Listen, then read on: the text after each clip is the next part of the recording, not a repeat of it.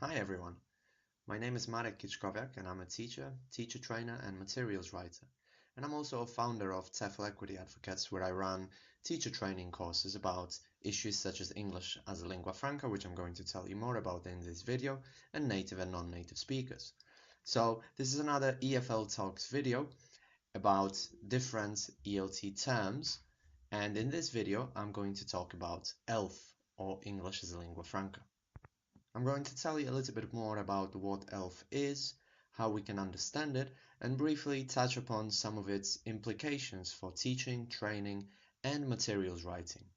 So let's start off by emphasizing that English is a global language. It is estimated that about 80% of the communication on the internet and all the information stored on our PCs, about 80% of that is in English. And interestingly, there is around 60 sovereign states in the world which have English as an official language. English is also the de facto official language of the EU, and it's almost the official language of science and international business. While there are about 400 million native English speakers in the world, most people who use English are actually non-native speakers. I know that these two terms are controversial, but I won't get into more details about them in this video, and you can check out the other video that I did for EFL Talks, where I discuss the terms native and non-native speakers and what they mean in ELT. However, despite this global nature of English, there are only 7 countries which are recognized as English-speaking countries and therefore are recognized as having native English speakers, for example, for visa regulations in countries such as China. And these countries are here on the map in the dark blue. So they are Canada, the US, the UK, Ireland, Australia, and New Zealand. South Africa is also on that list of native English speaking countries, even though English is just one of numerous official languages in that country. So this has some very important implications for how traditionally we have viewed the English language, its users, and how we have been teaching it. Traditionally, the E in TESOL or ELT suggests that English belongs to the native speakers, and not just any native speakers, but the native speakers from the inner circle, so from those 7 countries that I mentioned in the previous slide. And as a result, the pronunciation that we teach is the native speaker target, preferably Standard British English or General American English. Same goes for communication, the language models as well that we expose our learners to, most of the time, the native speaker models. When we teach culture in an ELT classroom, we teach the target culture, most of the time either American or British one. As a result, the ideal teacher has traditionally been seen as the native speaker. And the L1 background of the students or of the non-native teacher is seen as a hindrance, a problem that stops the student or the teacher from reaching the holy grail of native-like competence or proficiency. And as a result, the non-native student or the teacher is seen as a failed copy of the native speaker. So this is a traditional hierarchy of Englishes with the standard L1 English, the native speaker English at the very top, at the very pinnacle, probably with standard British and General American English at the very, very top, whereas the non-native speaker, the L2 Englishes, are at the very bottom.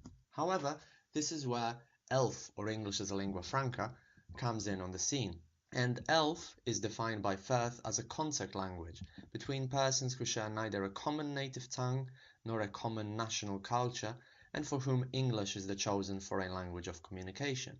So, in other words, whenever 2 or more people who don't share the same native language communicate, and they communicate in English, they use English as a lingua franca. So to give you just one example, in the university where I'm teaching in the UK, most of the students don't actually come from Britain.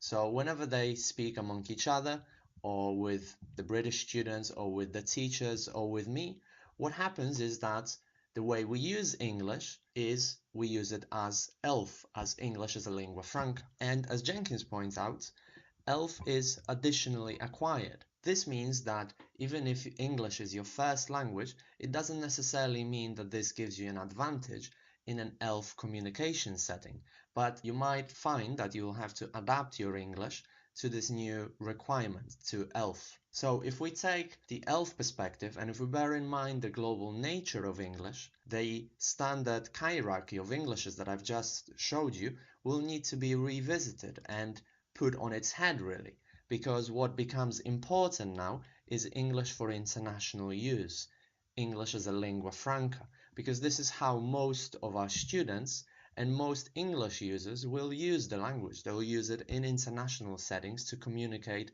both with native and non-native speakers. And this, of course, has some profound implications for ELT as a whole, for teaching, teacher training, and materials writing. But before we discuss those, I want to first look at some of the most common misconceptions about ELF. So first, ELF is not a variety of English in the sense that British English or Indian English or Australian English are varieties of English. It is more an emerging phenomenon. It is a variable way of using English to achieve communicative aims. And ELF is not an interlanguage. That is, it is not learner's English full of mistakes. ELF can actually be a very successful way of communicating in English.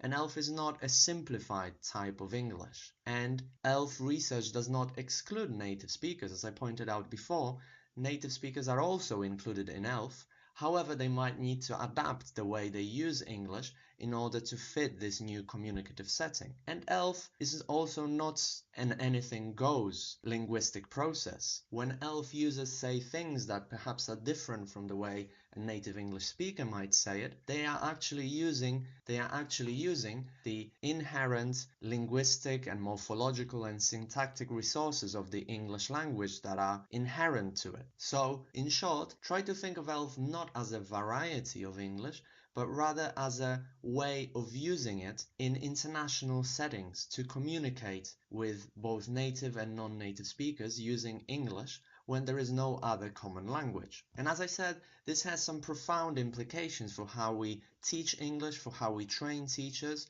and for what materials we write. Obviously, I can't discuss all of them here, so I will touch upon some of them just very briefly. First of all, I think it requires us to rethink what language models we expose our learners to.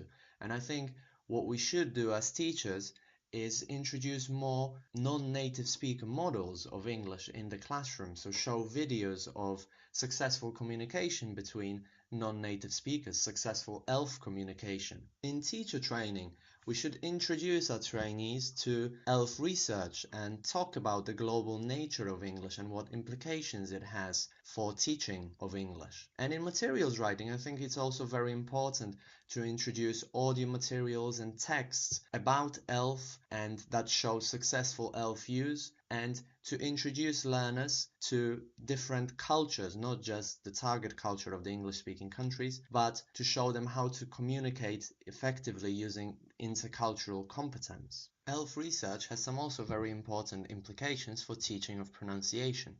Rather than focusing on a native English-speaking model of pronunciation, if we adopt the ELF perspective, we can focus on the Lingua Franca core, which is a model proposed by Jennifer Jenkins, who studied how international students communicated in English and how they achieved intelligibility and what features of pronunciation were necessary to achieve intelligibility in ELF settings. So she found out that the features that are necessary for intelligibility are all consonants apart from the th, long and short vowels and the difference between them, nuclear stress, and consonant clusters. However, many of the features that we teach traditionally, such as sentence stress, weak forms, and many features of connected speech, are not necessary for intelligibility. In fact, they might hinder intelligibility, and there is a lot of evidence to show that using native English-speaking features of pronunciation in international contexts might actually cause difficulties for the listeners and might not lead to successful communication. So when we adopt the Lingua Franca core, we focus on intelligibility in international context rather than on imitating native English-speaking models. And L1 accent is no longer seen as a hindrance or as something that should be eradicated. In fact, some linguists such as David Gradle suggests that an L1 accent might be seen as a feature of identity and might help non-native speakers to identify themselves in international contexts. Just a very brief overview of what ELF is and what implications this new paradigm has for English language teaching, teacher training, and materials writing. And if you're interested in finding more about these issues, I run both face-to-face and online courses, and you can find out more about them on my website at teflequityadvocates.com/training courses, and the online courses are available on teflequitycourses.teachable.com.